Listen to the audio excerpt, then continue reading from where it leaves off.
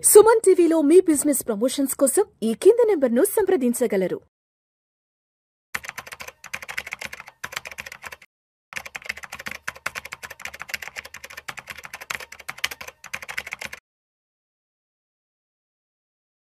నమస్తే హర్ష. నమస్తే sir. Welcome to Vishnu talks. Thank you.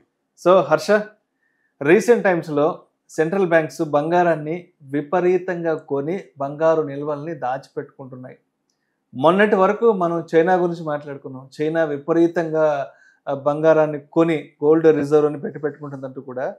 So world gold council ఏం చెప్పిందంటే ఈ సంవత్సరం జనవరి నుంచి మొన్న సెప్టెంబర్ అక్టోబర్ వరకు దాదాపు అన్ని సెంట్రల్ బ్యాంక్స్ కలిపి 200 టన్నుల బంగారాన్ని కొనిపెట్టుకున్నాయంట.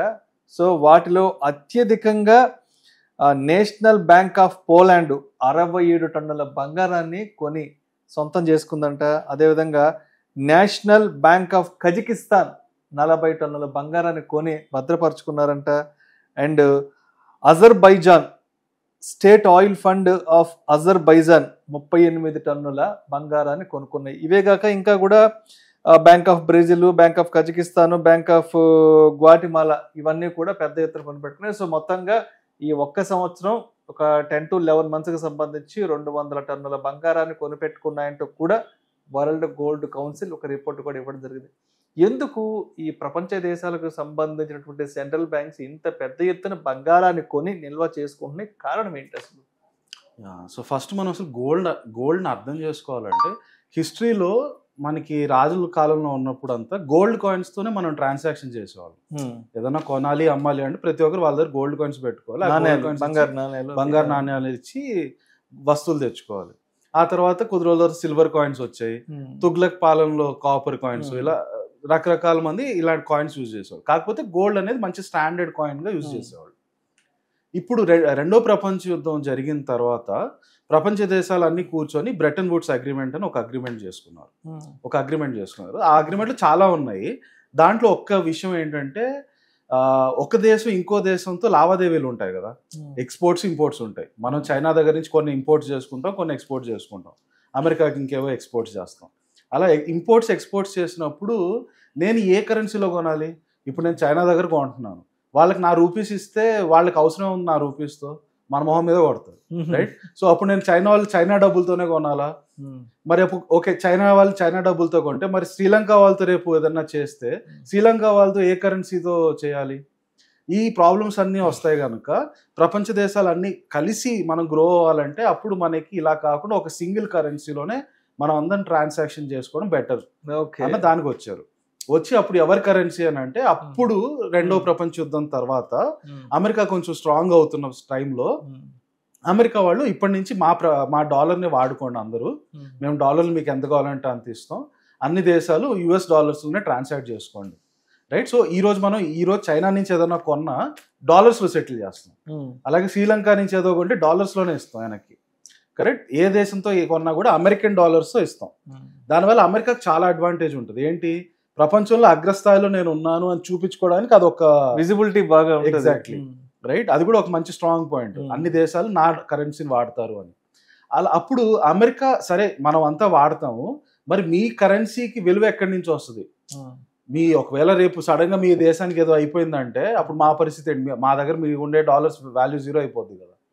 నేను అమెరికా డాలర్స్ కొని $1,000 బిలియన్ పెట్టుకున్నా, సడన్ గా అమెరికా మునిగిపోయింది అనుకోండి, బయట ఎక్కడి నుంచి ఏదో కామెంట్ వచ్చి పడి అమెరికా కాంటినెంట్ ముంచేసింది అనుకోండి, అప్పుడు ఓవర్ నైట్ అమెరికా డాలర్ విలువ జీరో అయిపోతుంది, మనకి నష్టపోతాం. కనుక అప్పుడు మీ డాలర్కి విలువ ఎక్కడి నుంచి వస్తుంది అంటే అప్పుడు అమెరికా ఏంటంటే సరే నేను మీకు ఇచ్చే డాలర్లకి ఎంత అవసరమైతే అంత గోల్డ్ నేను తెచ్చి నేను పెట్టుకుంటాను.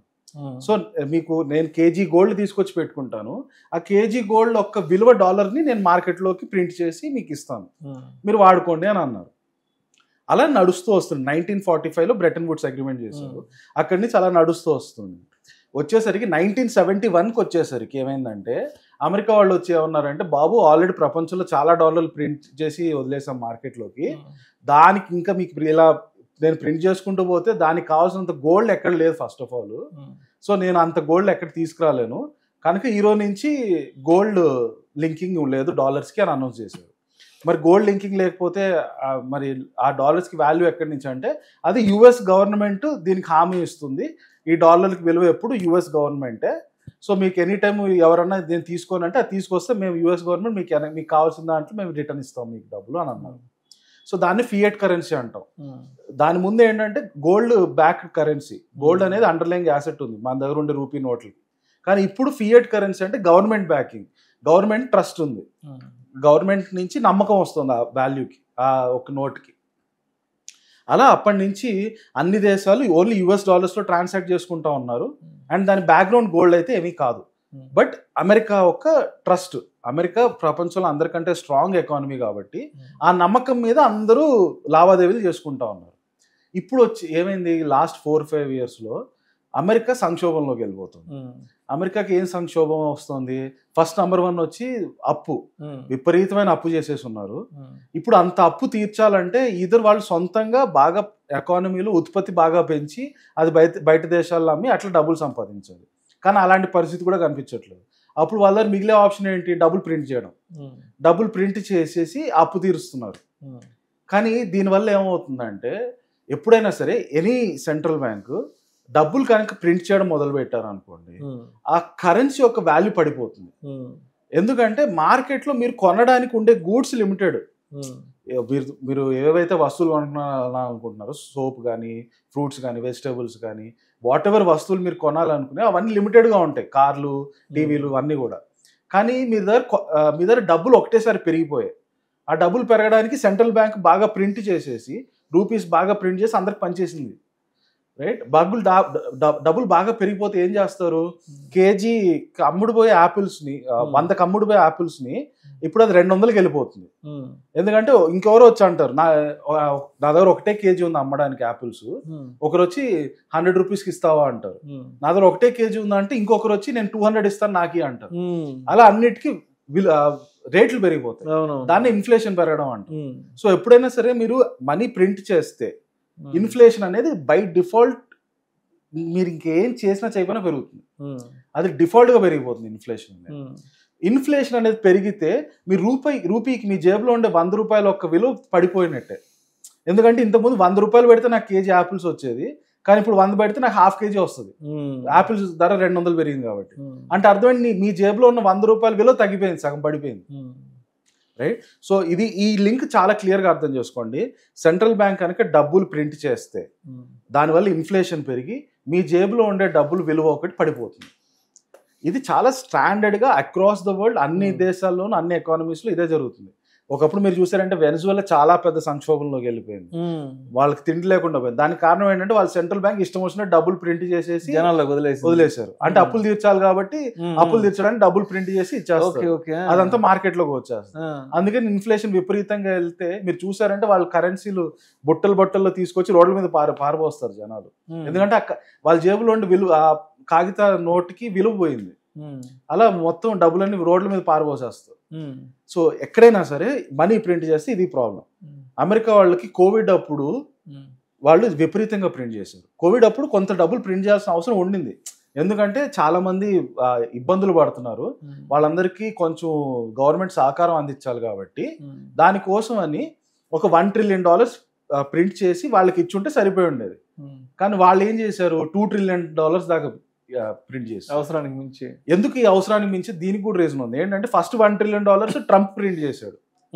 ట్రంప్ ప్రింట్ చేసి మార్కెట్ లో పంచాడు, తీసుకోండి మీకు అవసరం ఉంది. తర్వాత బైడెన్ వచ్చాడు.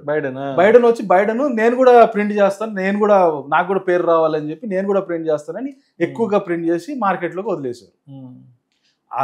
ఇలా ప్రింట్ చేసిన త్రూ అవుట్ హిస్టరీ ఎప్పుడైనా సరే స్టాండర్డ్ గా జరిగేది ఫస్ట్ ఏంటి, ఇన్ఫ్లేషన్ పెరగడం. అమెరికాలో అంత బాగా ఇన్ఫ్లేషన్ పెరిగిపోయింది. ఇన్ఫ్లేషన్ పెరిగితే ఏమవుతుంది, మీ దగ్గర ఉండే మీ కరెన్సీ యొక్క విలువ పడిపోతుంది, అమెరికన్ డాలర్ విలువ పడిపోతుంది. ఇప్పుడు చెప్పండి, ప్రపంచ దేశాలు అన్నిటి దగ్గర ఇంతకుముందు మనం డిస్కస్ చేసాం కదా, అందరి దగ్గర డాలర్స్ ఉన్నాయి. వాళ్ళ లావాదేవీల కోసం వాళ్ళందరూ డాలర్స్ తెచ్చుకుని పెట్టుకొని ఉన్నారు. డాలర్ విలువ పడిపోతుంది. ఎందుకు, అమెరికా ఇష్టం వచ్చినట్టు డాలర్స్ ప్రింట్ చేసి ఇన్ఫ్లేషన్ పెంచేసి వాళ్ళ డాలర్ యొక్క విలువ పడిపోతుంది. అప్పుడు ఈ దేశాలన్నీ ఏం చేస్తాయి, వాళ్ళ దగ్గర ఉండే డాలర్స్ అని అట్లే ఉంటే దాని విలువ రోజు రోజుకి పడిపోతుంది. మన దగ్గర గవర్నమెంట్ ఆర్బీఐ దగ్గర $600 బిలియన్ US ఉంది, కానీ అమెరికా వాళ్ళు ఇష్టం వచ్చినట్టు ఇన్ఫ్లేషన్లో వచ్చేసి వాళ్ళు డాలర్ పడిపోతుంటే అప్పుడు ఏమవుతుంది, ఈ డాలర్స్ ఒక వాల్యూ పడిపోతుంది. అందుకని ఏం చేస్తారు, లాస్ట్ 2-3 yearsలో ఏం చేస్తున్నారంటే వీళ్ళందరూ ఈ డాలర్స్ని గోల్డ్ కొనడం మొదలుపెట్టారు. ఎందుకంటే గోల్డ్ విలువ వీటికి సంబంధించింది కాదు.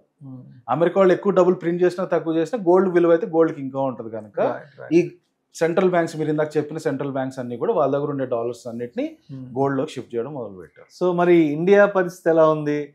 అండ్ దీపావళికి ముందు వరకు కూడా విపరీతమైన ర్యాలీ చూసాం. దీపావళి తర్వాత ఆల్మోస్ట్ గోల్డ్ ఒక 10-12% డ్రాప్ అయింది. వెండి విషయానికి వస్తే ఒక 15-18% డ్రాప్ అయింది. సో ఇంకా అంటే ఇక్కడి నుంచి what next with gold and silver prices అసలు? సో గోల్డ్ సిల్వర్లో కూడా ఎప్పుడు మీకు ర్యాపిడ్ అప్స్ అండ్ డౌన్స్ ఉండవు, ఎస్పెషలీ విత్ గోల్డ్. సిల్వర్లో కొంత ఉంటుంది, బట్ గోల్డ్ అయితే అస్సలు ర్యాపిడ్ అప్ అండ్ డౌన్స్ ఉండదు. అలాంటిది లాస్ట్ 2 yearsలో ర్యాపిడ్ అప్ ఉండింది. ర్యాపిడ్ గా పెరగడానికి ఒకటి వచ్చి ఇప్పుడు మనం డిస్కస్ చేసిన రీజన్, సెంట్రల్ బ్యాంక్స్ వాళ్ళ దగ్గర ఉండే డాలర్స్ తగ్గించుకొని అంతా గోల్డ్లోకి వెళ్ళాలని అనుకుంటున్నాం, రైట్? ఈ ప్రాసెస్లో వీళ్ళందరూ చాలా విపరీతంగా లాస్ట్ 2 yearsలో ఎస్పెషల్లీ మీరు చూసారంటే చైనా అందరికంటే ఎక్కువ కొనింది గోల్డ్. వీళ్ళందరూ ఇంత విపరీతంగా కొనడం వల్ల గోల్డ్ అంత ఫాస్ట్గా పెరిగింది. అంత ఫాస్ట్గా పెరిగినప్పుడు కొంత కరెక్షన్ అవడం అనేది చాలా న్యాచురల్గా జరిగేది. ఎప్పుడైనా సరే గ్రాఫ్ మీకు అప్ అయ్యి బాగా అప్ అయ్యి కొంచెం డౌన్ అయ్యి ఆ తర్వాత మళ్ళీ నెక్స్ట్ లెగ్ అప్ వెళ్తుంది, డైరెక్ట్గా పెరుగుతూ ఒకటే యాంగిల్లో వెళ్తూ ఉండదు. సో దాంట్లో ఒక చిన్న కరెక్షన్ ఫేజ్ రీసెంట్గా జరిగింది పోస్ట్ దివాళీ. అండ్ ఆల్సో మనకి ఇండియాలో దివాళీకి బాగా ఎమోషనల్ వాల్యూ ఎక్కువ ఉండడం, గోల్డ్ దివాళీ అప్పుడు గోల్డ్ కొనాలనుకోవడం, అందుకని దివాళీ అప్పటికి అందరూ చాలా విపరీతంగా గోల్డ్ కొన్నారు. దివాళీ ఎప్పుడైతే అయిపోయిందో నెక్స్ట్ డేకి ఆ డిమాండ్ ఒక్కసారిగా మాయమైపోయింది కనుక ప్రైజెస్ కొంచెం తగ్గడం మొదలుపెట్టింది. But around $4,000 gold international market price per అవున్స్ $4,000 is a very strong support అండి. ఒకప్పుడు ఆల్మోస్ట్ $2,000 దగ్గర ఉండేది, లాస్ట్ 2 yearsలోనే మొత్తం డబుల్ అయిపోయింది. బట్ ఇప్పుడు కొత్తగా $4,000 బేస్ అయిపోయింది. $4,000 నుంచి నెక్స్ట్ $5,000 1 yearలో వెళ్ళడానికే ఛాన్సెస్ ఎక్కువ ఉన్నాయి గోల్డ్కి. At the same time silver మీరు చూస్తే సిల్వర్ కొంచెం ఇండస్ట్రియల్ యూజ్ ఎక్కువ ఉండడం వల్ల దానికి కొంచెం డిమాండ్ పెరుగుతోంది. సో సిల్వర్ గోల్డ్ ఈ రెండు కూడా పెరగడానికి స్కోప్ ఉంది. ఇంకొకటి ఏంటంటే ప్రపంచంలో ఎక్కడైనా సరే సంక్షోభం వస్తే అప్పుడు అందరూ వాళ్ళ దగ్గర ఉండే డబ్బులు గోల్డ్ సిల్వర్లోకి తీసుకొచ్చేస్తారు. సో యుఎస్ సంక్షోభంలోకి వెళ్తుంది అనేది మనకు చాలా క్లియర్గా కనిపిస్తుంది. సో నెక్స్ట్ 1 yearలో ఎనీ టైం యుఎస్లో స్టాక్ మార్కెట్లో ఏ బబుల్ వచ్చి క్రాష్ అవ్వడం, లేదా యుఎస్ డెట్ ప్రాబ్లం వల్ల ఎకానమీ రిసెషన్లోకి వెళ్ళడం, ఇలాంటి న్యూస్ ఏదన్నా బయటకు వస్తే ఇమ్మీడియట్గా మీరు గోల్డ్ సిల్వర్ ప్రైజెస్ పెరగడం చూస్తారు. At the same time US bonds, మన ఇండియన్ బాండ్స్ కూడా పెరుగుతాయి. బట్ ప్రస్తుతం మెటల్స్ గురించి మాట్లాడుకుంటున్నాం కాబట్టి గోల్డ్ అండ్ సిల్వర్ డెఫినెట్గా యుఎస్లో ఎటువంటి క్రైసిస్ వచ్చినా ఈ ప్రైజెస్ మాత్రం ర్యాలీ అవ్వడానికి 100% scope. Thank you so much Harsha. Thank you.